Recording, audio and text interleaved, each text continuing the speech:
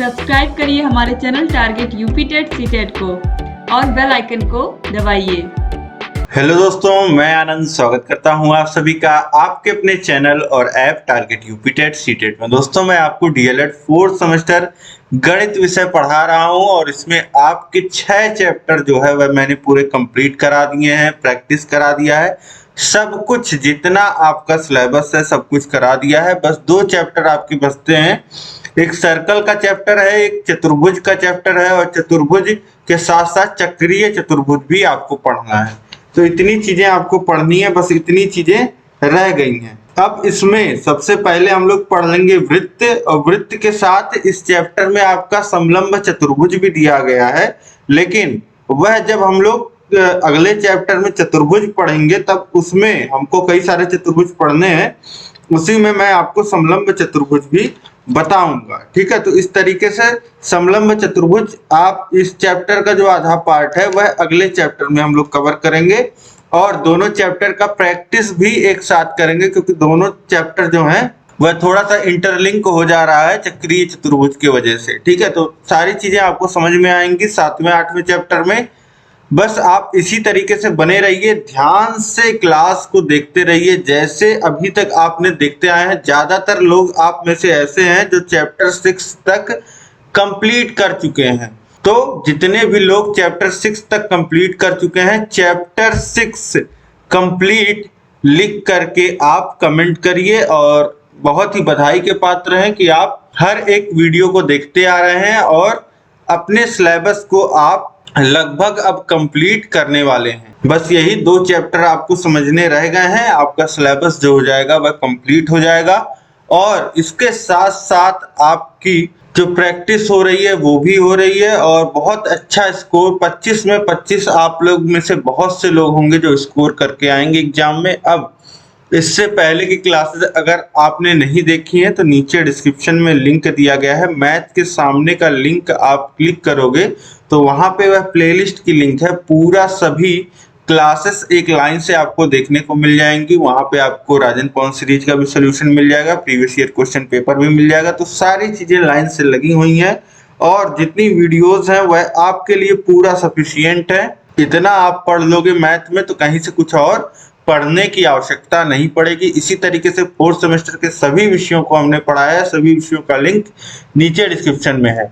अब आज का जो हमारा टॉपिक है चैप्टर 7 में जो हम लोग पढ़ेंगे वह है वृत्त, जिसे इंग्लिश में कहते हैं सर्कल। अब वृत्त सर्कल किस तरीके से फॉर्म होता है यह पहले आप प्रैक्टिकल लाइफ एक एग्जांपल मैं आपको देना चाहता हूं ताकि क्लियरिटी आ जाए। ठीक है, वृत्त को लेकर के जब आप प्रैक्टिकल लाइफ से सीख लोगे तो परिभाषा तो अपने आप याद हो जाएगी आपको। देखिए, इस तरीके का सीन पहले आपने कुछ गांवों में देखा होगा या आप लोगों में से ज्यादातर लोगों ने देखा होगा। यहाँ देखिए क्या हो रहा है, यहाँ पे एक शुगर केन क्रशर मशीन है, मतलब कि जैसे आप गन्ने का जूस पीते हो, आजकल छोटे इंजन से पेराई हो जाती है, लेकिन पहले क्या होता था, पहले देखिए इस तरीके से ये बीच में मशीन आपको दिख रही है, ये बीच में मशीन दिख रही है। यहाँ किसान जो है वह गन्ना लगा रहे हैं यहाँ से। ठीक है, ये बीच में गन्ना आ रहा है और इसका रस जो है वह जूस निकल रहा है।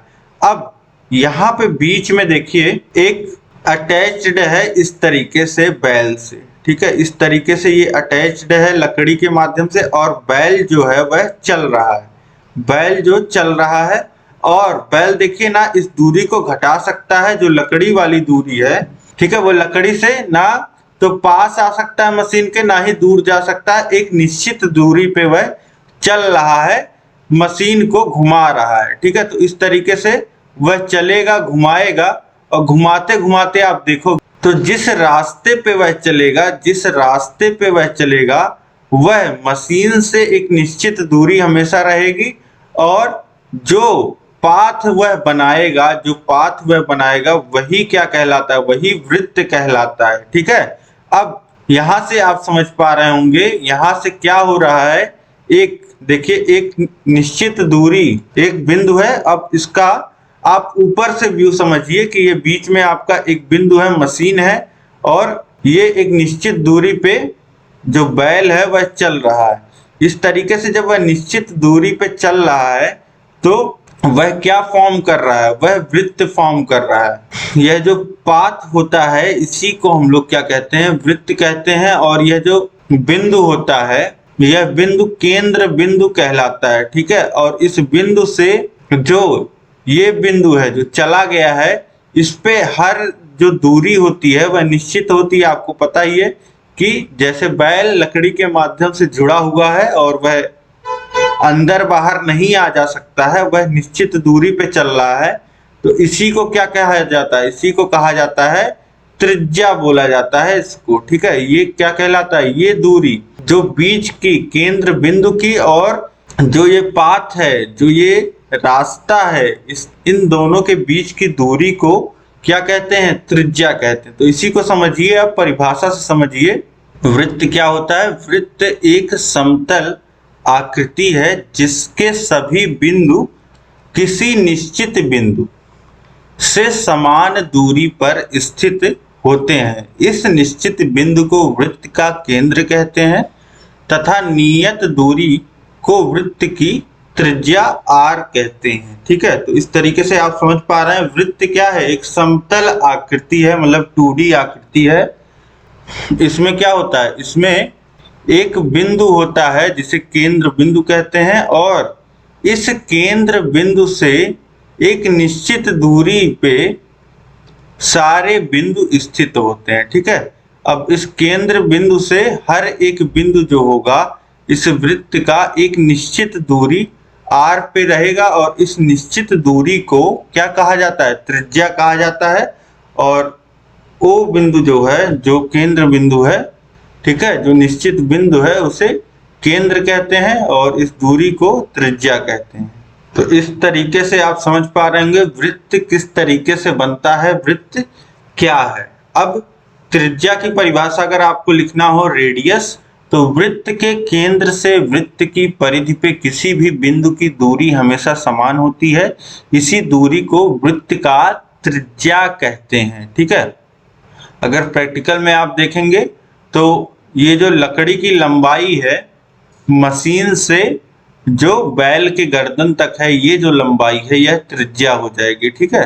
तो इस तरीके से अब व्यास क्या होता है, डायामीटर क्या होता है, तो वृत्त के केंद्र से होकर जाने वाली उस रेखाखंड को जिसके सिरे परिधि पर हो व्यास कहते हैं। अब व्यास क्या होगा उसको समझने का प्रयास करिए। अब अगर दो बिंदु जैसे हम लोग परिधि पे लें A और B और इसको मिलाने वाली रेखा अगर केंद्र से होकर के जा रही है, ठीक है, अगर इसको मिलाने वाली रेखा केंद्र से होकर के जा रही है, इन दोनों बिंदुओं को मिलाने वाली रेखा अगर केंद्र से होकर के जा रही है, A और B बिंदु अगर परिधि पे हैं और इन दोनों बिंदुओं को मिलाने वाली रेखा केंद्र से होकर के जा रही है, तो इस AB रेखा को क्या कहेंगे, इस AB रेखा को व्यास कहेंगे। और यह सबसे बड़ी जीवा भी होती है, अभी जीवा मैं बताऊंगा। जीवा नॉर्मली अगर समझिए कि कोई दो बिंदु हैं परिधि पे, उनके मिलाने वाली रेखा को क्या कहते हैं, जीवा, कॉर्ड कहते हैं। और यही कॉर्ड, यही जीवा अगर केंद्र से होके जाती है तो यह सबसे बड़ी जीवा होती है और इसे हम लोग क्या कहते हैं, इसे व्यास कहते हैं। और व्यास, एक वृत्त में कितने व्यास हो सकते हैं, बहुत सारे व्यास हो सकते हैं, क्योंकि एक बिंदु से होकर के जाने वाली अनंत रेखाएं खींच सकते हैं। तो इस तरीके से ये एक वृत्त में अनंत व्यास हो सकते हैं, लेकिन जो व्यास का मान होगा वह वही होगा, ठीक। त्रिज्या का दोगुना होता है ये, क्योंकि आप जैसे A और O नापेंगे और O और B नापेंगे तो ये R होगा, ये R होगा, और इस तरीके से ये क्या हो जाएगा, AB का मान जो हो जाएगा, AB का मान हो जाएगा 2R और R क्या है, त्रिज्या, यानी कि ये जो होता है व्यास जो होता है वह त्रिज्या का दोगुना होता है। तो ये हो गया त्रिज्या और व्यास, आप लोग समझ पा रहे होंगे वृत्त में क्या होता है। अब जीवा भी मैंने आपको बताया। कॉर्ड क्या होता है, तो कॉर्ड होता है परिधि पर स्थित किन्हीं दो बिंदुओं को मिलाने वाली सरल रेखा जो होती है वह जीवा कहलाती है, ठीक है। अब ये जो पाथ बनता है, ये जो पाथ है, अब इस पूरी रचना को जिसमें केंद्र है और जिसपे यह पाथ है, इसको तो हम लोग वृत्त कहते हैं, ठीक। लेकिन ये जो केवल पाथ है, जो केवल यह रास्ता बना है, एक तरीके से आप समझिए, जो बिंदुओं का रास्ता है, इसे हम लोग क्या कहते हैं? इसे हम लोग परिधि कहते हैं। अब इसी परिधि पे, इसी पे अगर दो बिंदु हैं, इन दोनों बिंदुओं को मिलाने वाली जो सरल रेखा होती है, इसे क्या बोलते हैं? इसे जीवा बोलते हैं। तो यही लिखा गया है, परिधि पर स्थित किन्हीं दो बिंदुओं को मिलाने वाली सरल रेखा जीवा कहलाती है। ठीक है। अब आप एक बात यहाँ पे समझिए, कोई भी चीज आप आयत पढ़ते हैं, मतलब आप चतुर्भुज पढ़ते हैं, आयत वर्ग पढ़ते हैं, चतुर्भुज में आगे पढ़ेंगे भी। इसी तरीके से आपने त्रिभुज भी पढ़ा है, त्रिभुज आपने पढ़ा है, तो त्रिभुज में कई तरीके के त्रिभुज पढ़े हैं, उनके प्रॉपर्टीज पढ़े हैं। इसी तरीके से आप अब वृत्त पढ़ रहे हैं। अब वृत्त में क्या क्या चीजें होती हैं, यह आपको जानना होगा, तब आप उससे जुड़ी हुई चीजें जो हो जाएंगे, प्रश्न जो हो जाएंगे, वह हल कर पाओगे। ठीक है। तो ये सारी चीजें, केंद्र, जीवा, व्यास, त्रिज्या, परिधि, इतनी ही चीजें होती हैं वृत्त में। अब परिधि का भी परिभाषा आप समझ लीजिए, सरकमफ्रेंस। तो वृत्त को चारों ओर, यहाँ ओर छूट गया है, चारों ओर से घेरने वाली लंबाई उसकी परिधि कहलाती है। ठीक है। तो परिधि क्या हो गया? जो वृत्त को चारों ओर से घेरने वाली, इसको लंबाई कहें या पथ कहें, ये जो होता है, इसको हम लोग क्या कहते हैं? इसको परिधि कहते हैं। वृत्त की परिधि त्रिज्या के दोगुने तथा पाई के गुणनफल के बराबर होता है। वृत्त का जो परिधि होता है वह त्रिज्या के दोगुने यानी कि 2r और पाई के गुणनफल के बराबर होता है। पाई एक कांस्टेंट होता है। ठीक है। इसका मान 3.14 के अप्रॉक्स आता है। ठीक है। वैसे मान इसका कहीं कहीं एग्जैक्ट जो मान होता है वह 22/7 रखा जाता है इस भिन्न के रूप में, और कहीं पे अप्रॉक्स रखना हो तो 3.14 इस तरीके से रखा जाता है। ठीक है। तो 2r पाई यह होता है परिधि की लंबाई। ठीक है। यानी कि अगर यही अपने एग्जाम्पल पे आ जाएं कि एक बैल जो होगा वह एक चक्कर में कितनी दूरी तय करेगा, तो यह दूरी आप निकाल लीजिए, यह जो लकड़ी की लंबाई है यह आप निकाल लीजिए, इसका दोगुना कर दीजिए और उसमें पाई का गुणा कर दीजिए 3.14 का या 22/7 का। आपको पता चल जाएगा कि एक चक्कर में बैल कितनी दूरी तय कर रहा है। ठीक है। तो ये एग्जाम्पल के माध्यम से आपको समझना चीजें आसान हो गई हैं, इसलिए मैं इस एग्जाम्पल को रखा है आपके सामने। अब इस एग्जाम्पल को बेस बना करके आप चीजें समझ सकते हैं। अब आगे देखिए, ये तो हो गई टर्मिनोलॉजी, समझ लीजिए आप किस चीज को क्या बुलाते हैं, क्या क्या चीज होता है। ठीक है। तो वृत्त आप समझ गए, वृत्त में त्रिज्या आप समझ गए, व्यास क्या होता है, जीवा क्या होती है वृत्त में, वृत्त की परिधि क्या होती है, यह आप समझ गए। अब देखिए, वृत्त की परिधि एवं व्यास में संबंध, relation between radius and diameter of circle. परिधि और व्यास में संबंध पहले ही मैंने फिगर में ही आपको बता दिया है। जैसे यह आपका वृत्त हो गया। अब देखिए, वृत्त की परिधि एवं व्यास में संबंध, यहाँ पे एक वृत्त हम ड्रॉ कर ले रहे हैं, पहले ही मैंने आपको बता दिया है फिगर के माध्यम से, अगर आपने ध्यान दिया हो। देखिए, यह त्रिज्या होता है r किसी वृत्त में, और किसी वृत्त में अगर दो बिंदु A और B इस तरीके से हैं, इनको मिलाने वाली रेखा अगर केंद्र O से होकर के जा रही है तो उसे हम क्या कहते हैं? व्यास कहते हैं। ठीक है। अब O और A की दूरी क्या है? r है, और O और B की दूरी भी क्या है? क्योंकि ये दोनों OA भी त्रिज्या है और OB भी त्रिज्या है, और अगर AB देखा जाए तो AB की पूरी लंबाई क्या हो जाएगी? r धन r यानी कि 2r। तो AB व्यास की जो लंबाई हो गई वह कितना हो गया? दोगुना हो गया त्रिज्या के। तो वही यहां से भी निकल के आएगा। देखिए, हम जानते हैं कि परिधि त्रिज्या के दोगुने तथा पाई के गुणनफल के बराबर होता है, और परिधि बराबर 2 गुणे त्रिज्या गुणे पाई होता है, और परिधि बराबर व्यास गुणे पाई हो गया, और परिधि बटे व्यास बराबर पाई हो गया, और परिधि बटे व्यास बराबर 22/7। और पाई को गणना करने के लिए परिमेय संख्या 22/7 लिखते हैं। पाई का दशमलव मान 3.1416 है। तो इस तरीके से यहाँ पे आप अगर त्रिज्या और व्यास में संबंध पूछता है तो व्यास क्या होता है, त्रिज्या का दोगुना होता है, यह आप बता सकते हैं। और परिधि और व्यास में अगर संबंध देखा जाए, ठीक है, तो अभी परिधि के परिभाषा में आपने पढ़ा है कि परिधि जो होता है 2 गुणे त्रिज्या गुणे पाई होता है। परिधि बराबर 2 गुणे त्रिज्या हम लोग क्या लिख सकते हैं, व्यास लिख सकते हैं, ठीक।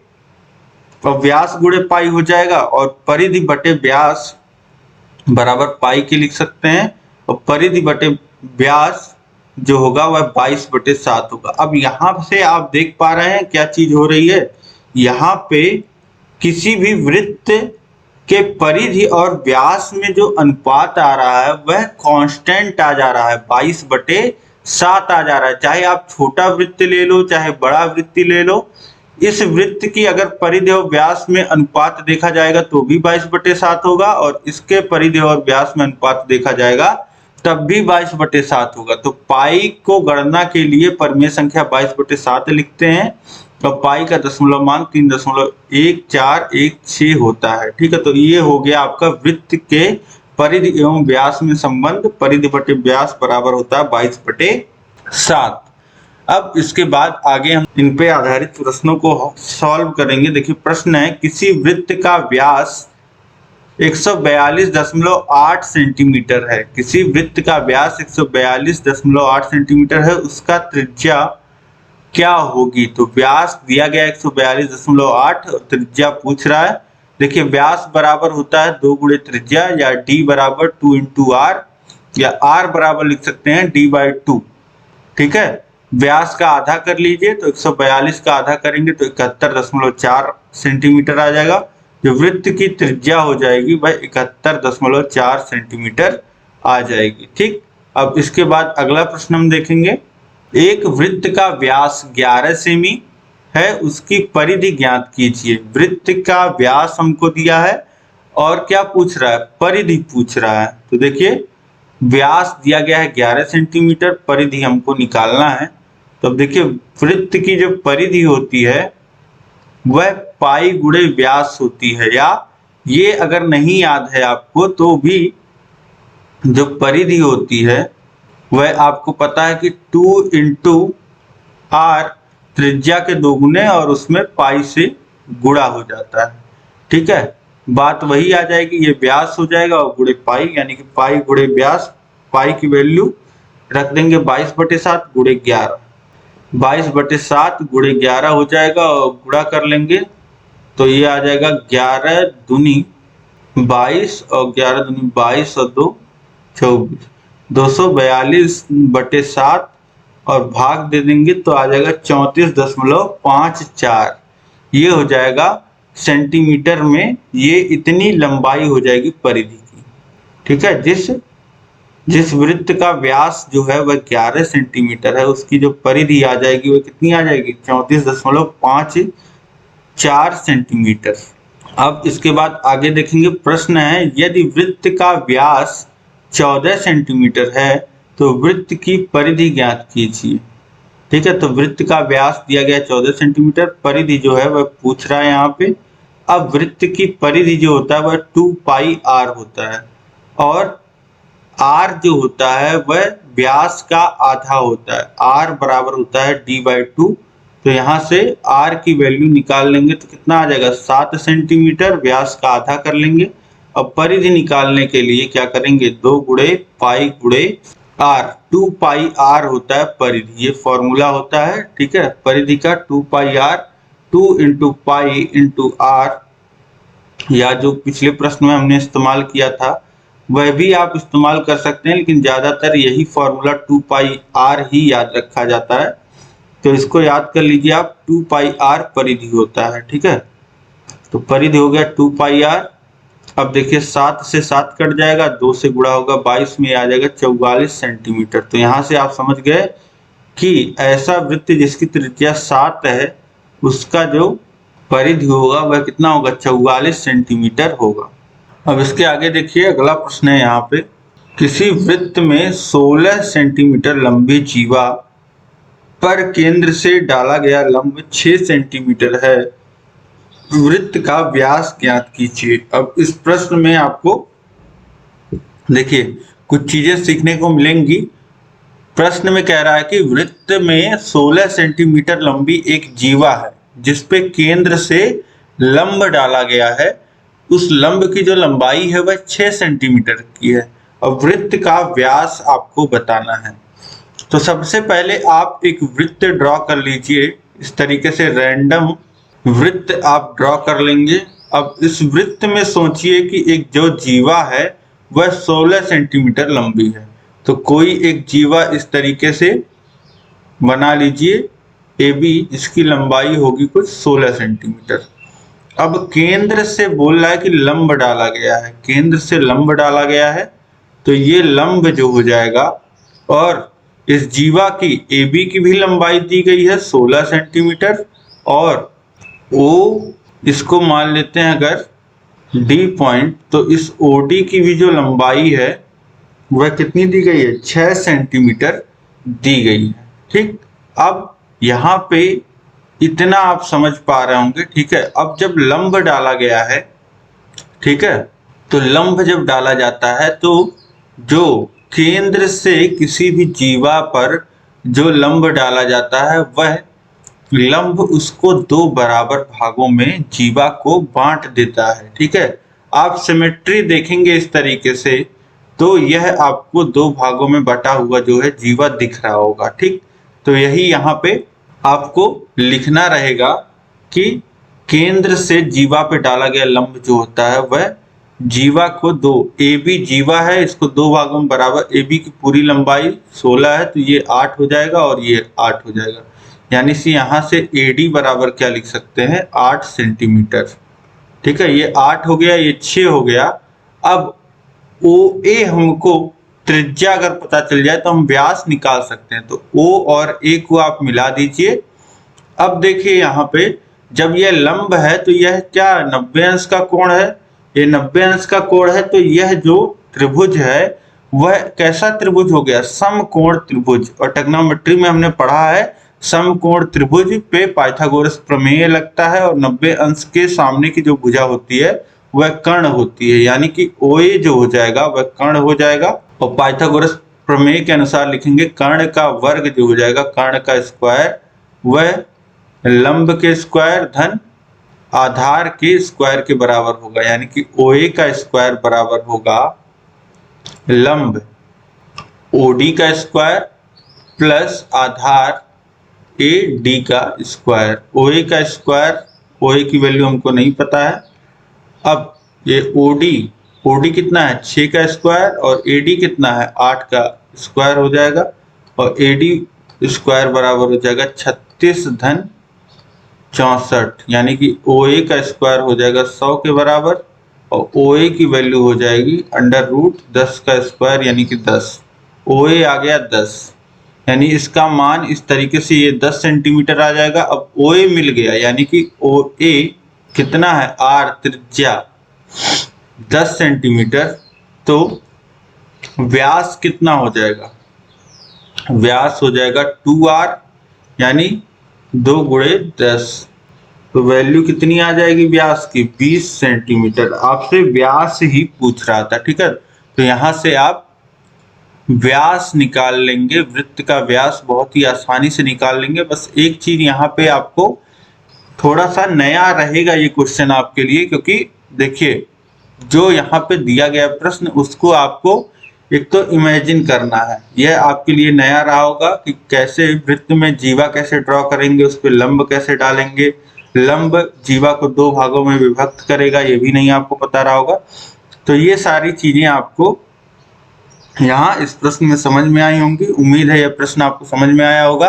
अब इसके बाद अगला प्रश्न हम लोग देखते हैं। देखिए अगला प्रश्न क्या कह रहा है, किसी 10 सेंटीमीटर त्रिज्या वाले वृत्त की एक जीवा 16 सेंटीमीटर लंबी है, केंद्र से जीवा की दूरी ज्ञात कीजिए। ठीक है, तो प्रश्न वही है। देखिए प्रश्न को बस पूछने का तरीका अलग है। एक वैल्यू जो वहां नहीं दिया था यहाँ दिया है और दूसरी वैल्यू जो वहां दिया था वो यहाँ पूछ रहा है। तो किसी 10 सेंटीमीटर त्रिज्या वाले वृत्त कि एक जीवा 16 सेंटीमीटर लंबी है, केंद्र से जीवा की दूरी ज्ञात करना है। बहुत ही आसान है। जिस तरीके से यहाँ पे पहले हमने एक वृत्त बनाया था उसी तरीके से यहाँ एक वृत्त बना लीजिए और जिस अकॉर्डिंग जो प्रश्न कह रहा है वही करते हुए चले जाइए। अब देखिए प्रश्न में पहले क्या बोला है, प्रश्न में बोला है किसी 10 सेंटीमीटर त्रिज्या वाले वृत्त की एक जीवा 16 सेंटीमीटर लंबी है। तो यहाँ पे अब जब हम वृत्त बनाएंगे तो उसकी त्रिज्या जो है वह हम दिखा देंगे। पहले देखिए जितना प्रश्न में बोला है उतना ड्रॉ कर लीजिए, त्रिज्या दिखा दीजिए 10 सेंटीमीटर का और एक जीवा खींच लीजिए इस तरीके से, उसकी जो लंबाई है वह 16 सेंटीमीटर, जीवा ए बी नाम दे दीजिए, इसकी जो लंबाई है वह 16 सेंटीमीटर की है। ठीक, अब क्या आपसे पूछ रहा है, आपसे पूछ रहा है जो जीवा है 16 सेंटीमीटर लंबी उसके केंद्र से जीवा की दूरी ज्ञात कीजिए। तो दूरी ज्ञात करने के लिए दूरी हमेशा लंबवत होती है, ठीक है, तो इसलिए इस पे लंब पड़ जाएगा। जब ये लंब पड़ जाएगा तो इस बिंदु को डी नाम दे देंगे, बिंदु को डी नाम दे देंगे और यह 8 सेंटीमीटर हो जाएगा, ये भी 8 सेंटीमीटर हो जाएगा। अब ये वृत्त का कोण केंद्र O है और O और A को मिला देंगे तो ये त्रिज्या होगा। तो त्रिज्या दिया गया 10 सेंटीमीटर तो इसको 10 लिख देंगे। अब ये इसको त्रिभुज को अलग से ड्रॉ करके आप देखिए तो ये 90 अंश का कोण, ये A हो गया, ये O हो गया और ये 10 सेंटीमीटर का है, आधार 8 सेंटीमीटर का है और हमको OD का मान निकालना है। ठीक है, तो OD का मान निकालना है जो कि केंद्र से जीवा की दूरी है। तो यहां से अब हम लोग क्या लिख सकते हैं, पाइथागोरस प्रमेय लगाया जाए तो OA का स्क्वायर बराबर AD का स्क्वायर प्लस OD का स्क्वायर। अब OA कितना है 10 का स्क्वायर, AD कितना है 8 का स्क्वायर धन OD का स्क्वायर। अब ये हो जाएगा 100, ये हो जाएगा 64, ये हो जाएगा OD का स्क्वायर। और OD का स्क्वायर लिखना चाहें तो OD का स्क्वायर हो जाएगा 100 माइनस 64। अब देखिए इसके आगे सॉल्व करेंगे तो ये हो जाएगा OD स्क्वायर बराबर 36 के और OD का जो मान आ जाएगा वह 6 सेंटीमीटर आ जाएगा, यानी OD जो हो जाएगा वह 6 सेंटीमीटर आ जाएगा। अब आप एक चीज देख पा रहे हैं, जो पिछला प्रश्न और यह प्रश्न दोनों समान ही अब आपको दिख रहे होंगे। ठीक है, तो वैल्यूज वही थी, बस वहां पे कुछ वैल्यू दिया था, यहाँ पे कुछ अलग वैल्यू दिया था, वहां पे कुछ और पूछ रहा था, यहाँ पे कुछ और पूछ रहा था। ठीक है, तो इस तरीके से प्रश्न में कुछ ही तरीके से कुछ भी देके कुछ भी घुमा के पूछ सकता है। बस आपकी जिम्मेदारी है कि आप अच्छे से प्रश्न को समझें, अच्छे से अटेम्प्ट करें और जो सही उत्तर है उसको लेकर के आए। ठीक है, तो इस तरीके से इस प्रश्न को आप समझ गए। इसके बाद अगला जो हमारा टॉपिक होता है वृत्त में, वह वृत्त का क्षेत्रफल। जैसे त्रिभुज का क्षेत्रफल निकालते हैं, वर्ग आयत का क्षेत्रफल निकालते हैं, वैसे वृत्त का भी क्षेत्रफल होता है। तो एरिया ऑफ सर्कल वृत्त का क्षेत्रफल होता है पाई गुणे त्रिज्या का स्क्वायर, या जिसे पाई आर स्क्वायर मात्रक स्क्वायर। तो वृत्त का जो त्रिज्या होता है वह पाई आर स्क्वायर होता है। ठीक, तो इसी पे आधारित अब हम प्रश्नों को देख लेते हैं। देखिए प्रश्न है, यदि वृत्त का व्यास 8 सेंटीमीटर है तो वृत्त का क्षेत्रफल ज्ञात कीजिए। व्यास दिया गया है 8 सेंटीमीटर तो त्रिज्या क्या हो जाएगा 4 सेंटीमीटर हो जाएगा और हमें फॉर्मूला पता है वृत्त का क्षेत्रफल कितना होता है पाई आर स्क्वायर। पाई की वैल्यू 3.4 और गुणे आर का स्क्वायर यानी 4 का स्क्वायर यानी कि 4 गुणे 4। तो इस तरीके से ए कितना हो गया 50.24 सेंटीमीटर स्क्वायर, 50.24 वर्ग सेंटीमीटर भी लिख सकते हैं। तो इस तरीके से ये क्षेत्रफल आ गया।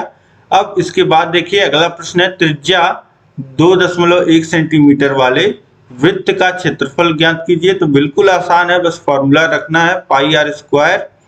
आर की वैल्यू है 2.1 सेंटीमीटर, क्षेत्रफल कितना हो जाएगा 3.1 गुणे 2.1 गुणे 2.1 और गुणा करके निकालेंगे तो आ जाएगा 13.8474 सेंटीमीटर स्क्वायर। ठीक, अब इसके बाद एक इंटरेस्टिंग प्रश्न इस पे क्षेत्रफल पे और देख लीजिए। चित्र में यहाँ पे एक चित्र दिया गया है। चित्र में 28 सेंटीमीटर भुजा का एक वर्ग है जिसमें भुजाओं को स्पर्श करता हुआ वृत्त बना है। चित्र में 28 सेंटीमीटर भुजा का एक वर्ग है, इसमें भुजाओं को स्पर्श करता हुआ वृत्त बना है, वृत्त का क्षेत्रफल ज्ञात कीजिए। अब देखिए एक वर्ग यहाँ पे बना है, नाम दे देते हैं ABCD, ठीक है, जिसकी जो भुजा है वह 28 सेंटीमीटर दी गई है, तो ये भी 28 सेंटीमीटर होगा, ठीक है। चारों भुजाएं बराबर होती हैं वर्ग की, आपको पता है। अब इसके बाद क्या यहाँ पे आप देख पा रहे हैं कि एक वृत्त बन रहा है अंदर अंदर, जो चारों भुजाओं को स्पर्श कर रहा है, ठीक है, चारों भुजाओं को स्पर्श कर रहा है। तो ये जो स्पर्श पॉइंट है इसको मान लेते हैं E और इसको F नाम दे देते हैं। तो ये जो E और F होगा इसको आप मिलाएंगे तो ये भी क्या होगा, ये भी 28 सेंटीमीटर का होगा। और यह आप देखेंगे तो बीचों बीच है, केंद्र से होके जाएगा, यानी कि यह व्यास होगा।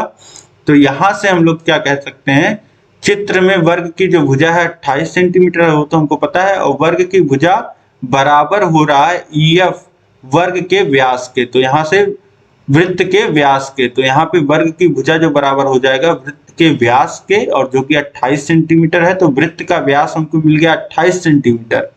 तो यहाँ से अब हम लोग वृत्त की त्रिज्या निकाल लेंगे जो कि हो जाएगा 14 सेंटीमीटर, और यहाँ पे जब त्रिज्या मिल गया तो क्षेत्रफल निकाल सकते हैं। वृत्त का क्षेत्रफल πr², और पाई की वैल्यू 22/7 और r स्क्वायर यानी कि 14 × 14, तो 22/7 × 196, ठीक है। अब 7 से काटेंगे तो 7 दूनी 14, और यहाँ पे बचा क्या 5 56, 7 8 56। अब 22 का गुणा कर लेंगे 28 में तो ये कितना आ जाएगा 616 सेंटीमीटर स्क्वायर। तो इस तरीके से वृत्त का क्षेत्रफल यहाँ पे निकल के आ गया। अब यहाँ पे जो भी था फिगर के माध्यम से आपको चीजें समझनी थी कि किस तरीके से हम वर्ग से वृत्त पे, वृत्त के व्यास तक पहुंचेंगे, व्यास से त्रिज्या पे और त्रिज्या से क्षेत्रफल निकाल लिया। तो इस तरीके से वृत्त का क्षेत्रफल भी आपसे किसी तरीके से पूछता है, चाहे व्यास दे करके चाहे चित्र के माध्यम से इस तरीके से देगा तो भी आप निकाल लोगे। और अब जो भी आपसे वृत्त में प्रश्न बनते हैं सब इन्हीं परिधि पे बनेगा और आपका क्षेत्रफल पे बनेगा, ठीक है। इस तरीके से जितने तरीके के प्रश्न बन सकते थे वृत्त पे वह मैंने यहाँ पे आपको करा दिए हैं।